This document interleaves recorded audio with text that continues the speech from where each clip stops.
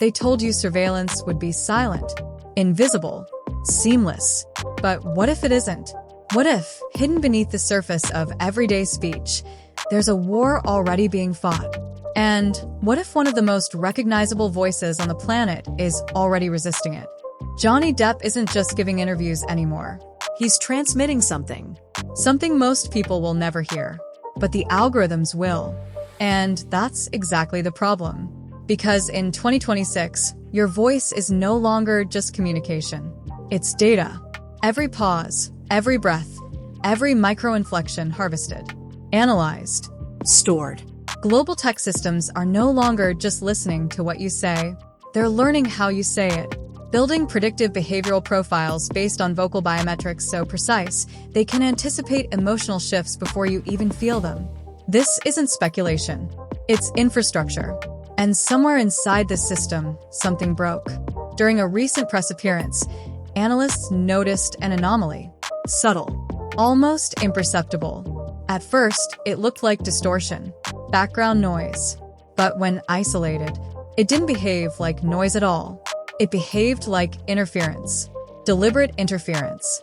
Standard AI transcription systems began to fail. Emotion mapping software produced inconsistent outputs. Linguistic models struggled to assign stable patterns to his speech. It didn't make sense, unless it wasn't supposed to, because when you strip away the surface layer of speech and run a deeper spectral analysis, you start to see it. Low-frequency modulations, rhythmic inconsistencies, patterns that don't belong to natural conversation, tiny shifts in cadence, milliseconds offbeat, but consistent, intentional. These shifts create something known as a ghost signal, a layer of analog interference embedded beneath the audible voice.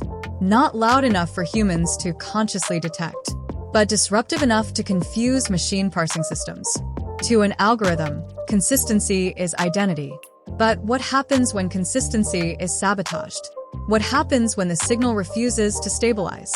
That's exactly what's happening here. The system can hear him, but it can't lock onto him. And that changes everything.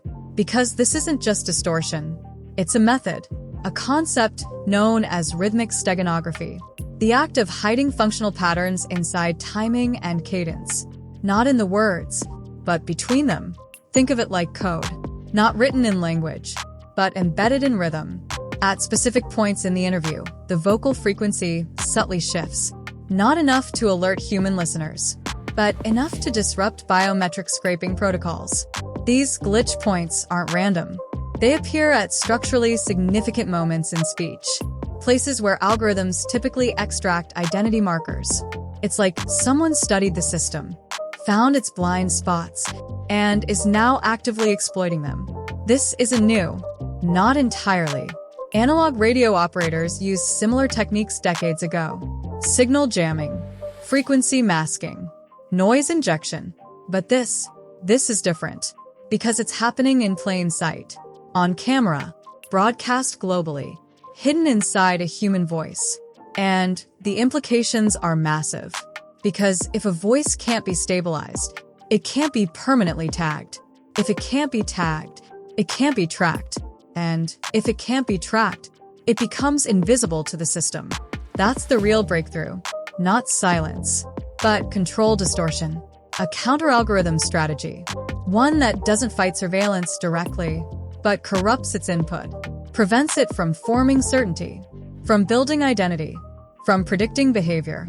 And in a world driven by prediction, unpredictability is power. What we may be witnessing is the emergence of vocal masking, a new form of digital self-defense, where your voice becomes both message and shield. And here's where it gets even more unsettling. Why use a public platform to do this? Why not stay silent?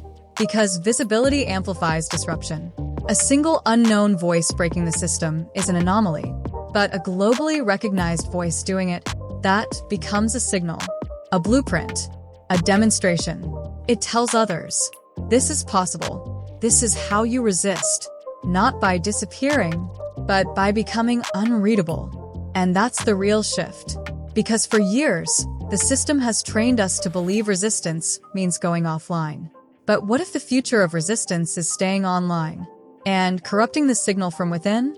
If this pattern spreads, if others adopt these techniques, then the entire foundation of biometric surveillance begins to weaken, because it relies on one thing above all: clean data.